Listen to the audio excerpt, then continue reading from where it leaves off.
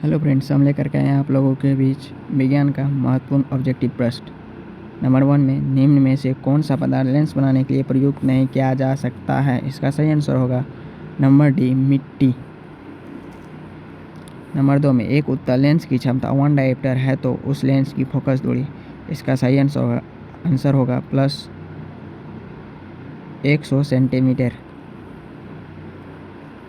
Number 3 में है किसी बीम की वास्तविक तथा समान साइज का प्रतिबिंब प्राप्त करने के लिए बीम को उत्तल लेंस के सामने कहाँ रखा जाना चाहिए? इसका सही आंसर होगा फोकस दूरी की दोगुनी दूरी पर। नंबर 4 में किसी गोलीय दर्पण तथा किसी पतले गोलीय लेंस दोनों की फोकस दूरियां -15 सेंटीमीटर हैं तथा दर्पण तथा लेंस संभवतः हैं। इसका सही आंसर होगा दोनों अवतल होगा।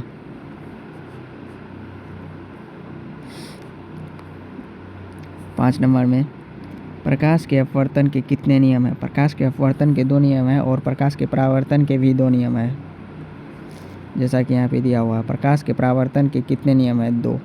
अपवर्तन के भी 2 हैं, परावर्तन के भी 2 हैं।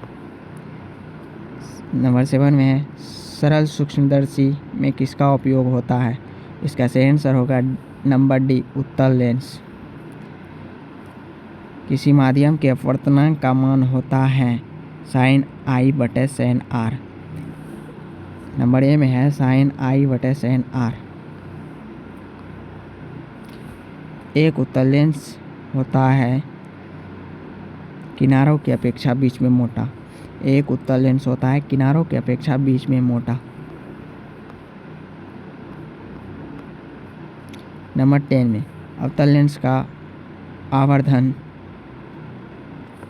m बराबर होता है b/u।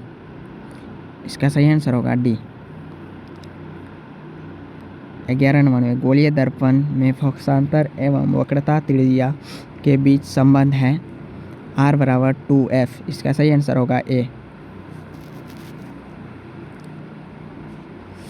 12 नंबर में निर्गत किरण एवं अभिलंब के बीच के कोण को कहते हैं निर्गत कोण। नंबर सी, इसका सही आंसर है निर्गत कोण। नंबर 13 में 1 मीटर फोकस दूरी वाले उत्तल लेंस की क्षमता होगी 1 डायोप्टर। 1D का मतलब 1 डायोप्टर।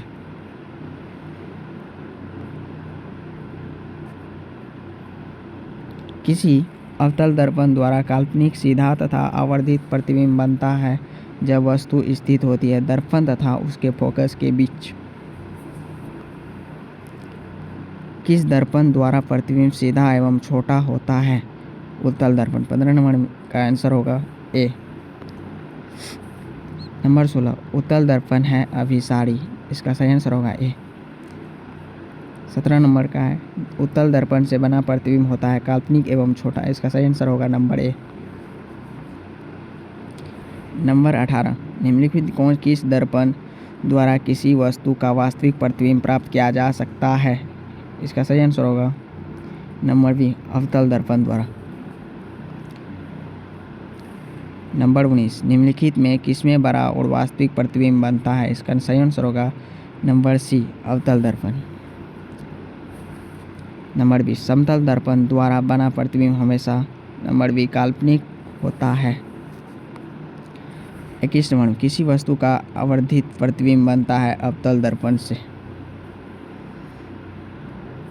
नंबर 22 काल्पनिक प्रतिबिंब हमेशा, इसका सही आंसर होगा ए नंबर, सीधा होता है। 23 नंबर का होगा 23 नंबर में किस दर्पण में हमेशा आभासी और छोटा प्रतिबिंब बनता है? इसका सही आंसर होगा बी, उत्तल दर्पण में। 24 में निम्न में से किस दर्पण में फोकस दूरी की धनात्मक होती है? उत्तल दर्पण। निम्न में से किस दर्पण की फोकस दूरी धनात्मक होती है? निम्न में किस दर्पण की फोकस दूरी धनात्मक होती है? उत्तल दर्पण में। नंबर 25 गोलीय दर्पण की ध्रुव और फोकस के बीच की दूरी को कहते हैं फोकसांतर। नंबर 26 वक्रता त्रिज्या एवं फोकस दूरी में संबंध है f बराबर r/2। वक्रता त्रिज्या को r से सूचित किया जाता है और फोकस दूरी को f से। हजामत बनाने के लिए प्रयोग किया जाता है अवतल दर्पण को, नंबर बी। हजामत बनाने के लिए प्रयोग किया जाता है अवतल दर्पण का, नंबर बी इसका आंसर होगा। सोलर कुकर में प्रयोग किया जाता है अवतल दर्पण का, इसका सही आंसर है अवतल दर्पण। सर्च लाइट की परावर्तक सतह होती है अवतल दर्पण, सर्च लाइट की परावर्तक सतह होती है अवतल दर्पण। 19 नंबर का सही आंसर होगा नंबर बी। रोगियों के नाक, कान एवं गले आदि की जांच के लिए डॉक्टर प्रयोग करते हैं अवतल दर्पण का, इसका सही आंसर होगा नंबर ए। पानी में डूबे एक उत्तल लेंस की फोकस दूरी हवा में इसकी फोकस दूरी की अपेक्षा कम होती है। पानी में डूबे हुए उत्तल लेंस की फोकस दूरी हवा में इसकी फोकस दूरी की अपेक्षा कम होती है। पानी में उत्तल लेंस की फोकस दूरी की अपेक्षा कम होती है। उत्तल लेंस से बना प्रतिबिंब वास्तविक और उल्टा होता है। उत्तल लेंस से बना प्रतिबिंब वास्तविक और उल्टा होता है। उत्तल लेंस द्वारा काल्पनिक प्रतिबिंब बनता है जब बिंब फोकसांतर के कम दूरी पर रहता है, इसका सही आंसर होगा बी। नंबर 34 में लेंस की क्षमता होती है फोकस दूरी की व्युत्क्रम। लेंस की क्षमता होती है फोकस दूरी की व्युत्क्रम। उत्तल लेंस में जब बिंब f और 2f के बीच रखा जाता है तब बना प्रतिबिंब बड़ा और वास्तविक होता है, इसका सही आंसर है ए। नंबर 36 में दो वक्रीय पृष्ठों से घिरे ठोस माध्यम को कहते हैं गोलीय लेंस। गोलीय लेंस किस लेंस के उपयोग कर दीर्घ दृष्टि दोष को संशोधित किया जा सकता है, नंबर बी उत्तल लेंस।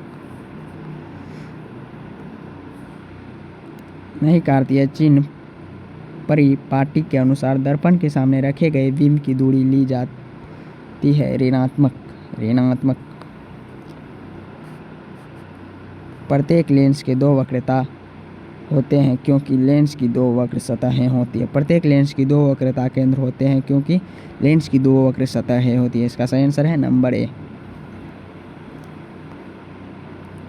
गोलीय दर्पण गोलीय लेंस के लिए फोकस दूरी वस्तु की दूरी और प्रतिबिंब में संबंध है 1/v - 1/u = 1/f। Hello friends, आज के लिए इतना ही। फिर मिलते हैं हम नेक्स्ट वीडियो में। प्लीज़ चैनल को सब्सक्राइब कर दीजिएगा और